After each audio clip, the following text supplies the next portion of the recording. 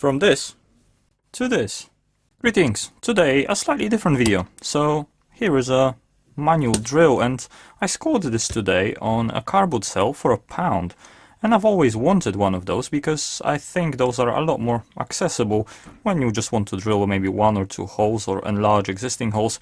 This is a quite handy tool to have, and I was looking at buying one on eBay, but eBay is flooded with those that are made in China, and they just don't look any quality whatsoever. But this one, this is an old one, really old. It seems old, judging by the layer of rust on it. It's seen quite a lot of time, and yeah, this is still in perfect nick. It's just a little bit banged up. I got this, and I will make this pretty again. I thought I might as well do the video while doing it, and yeah, upload it. Maybe someone will find it interesting. Here is the tool a little bit closer, and yeah, I did a little bit of just a wire brush scrape on here, and it's already looking a lot more shinier. The knurling on here has been a little bit dented in a couple of spots. I think someone had it in a vise trying to pry this apart. Nice gear. You can see the contact pattern on it, quite uniform across the whole thing.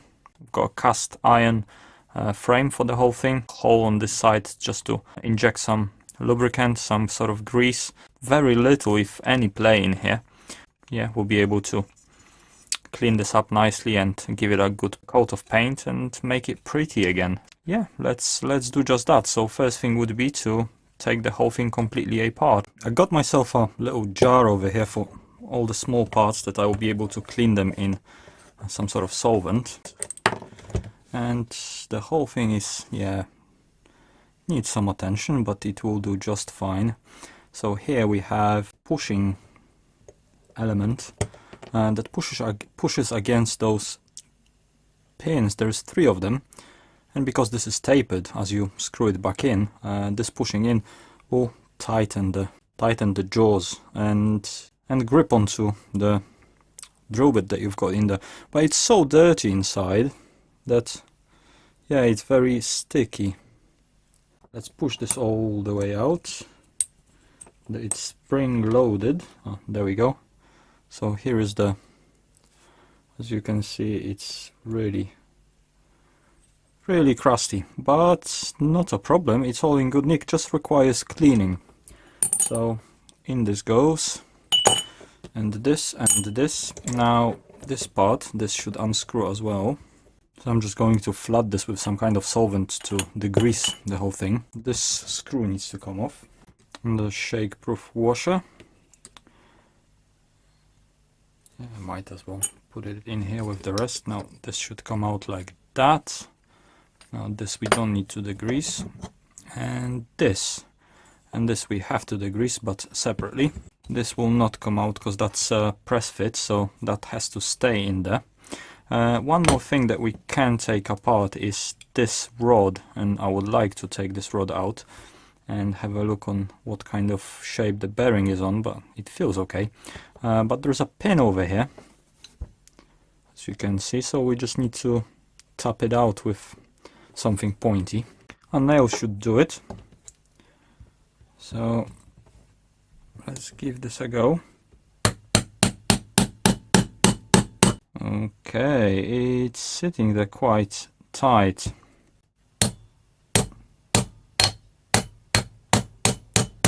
There we go. A little bit of persuasion, and here it comes.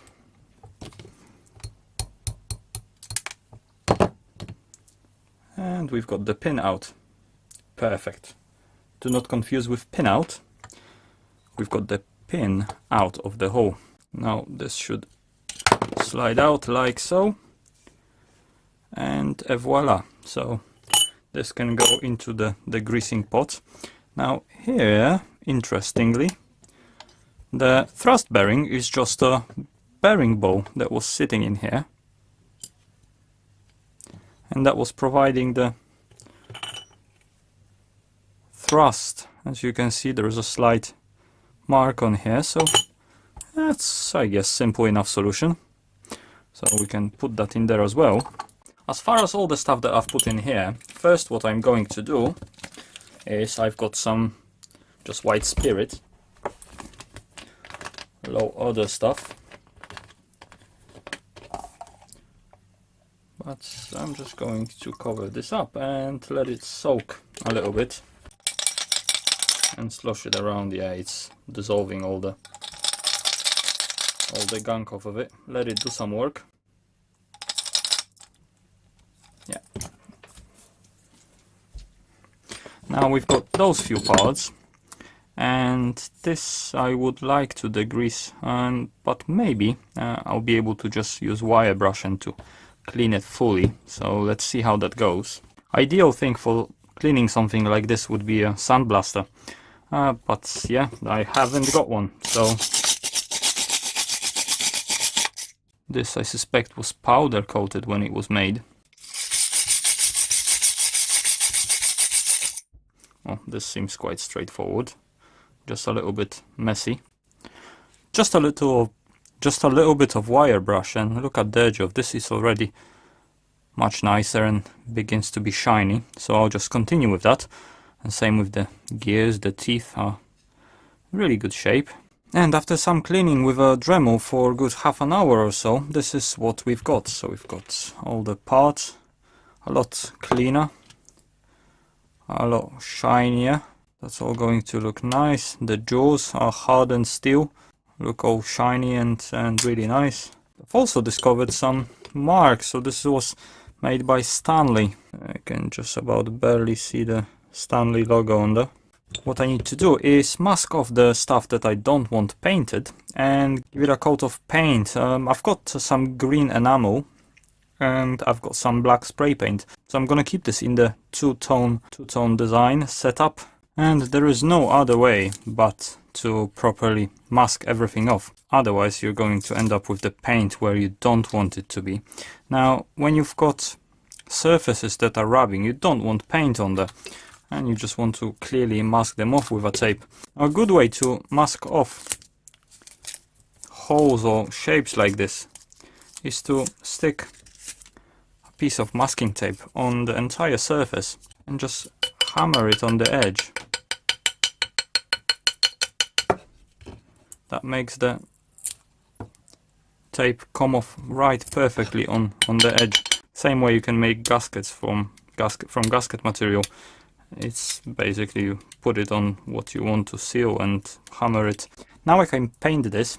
This will take some time, so using the magic of video editing, and I'm back. And the two-color setup didn't work out. The green paint that I had was well expired, didn't want to dry out, so I had to clean this and re-coat it with the black paint, but that's fine. The edges are quite okay with the masking, so time to put this back together, remove all the masking tape and put some grease on it and see how it works. I've got some copper grease over here. I'm going to put a dab in there for the bowl, align the hole and push the little pin. That's there. Then we can squeeze some grease in here. Now the big cog, the handle, which automatically locks the cog in place. Got the little washer and the screw.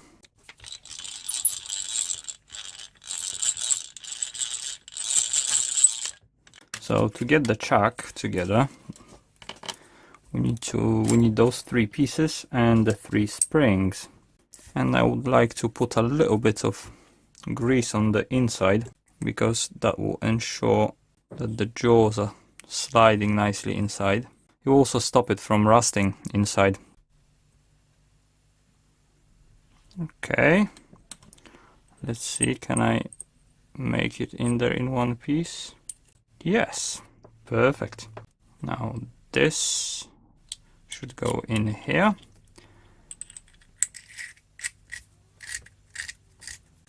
And this should go on here like so.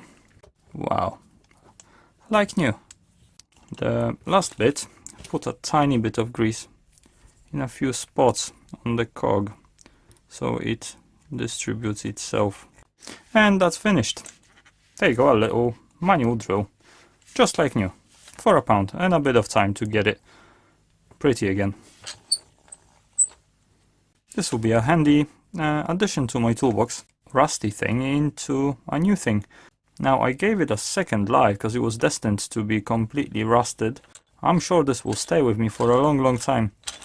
Thank you very much for watching. Hope you enjoyed this little restoration video, and please do subscribe for more random electronics, mostly electronics stuff. This is my first non-electronic video, but yeah, this tool will be used in many electronics making videos, so it's somewhat related. Anyways, for this video I think that's it, so take care.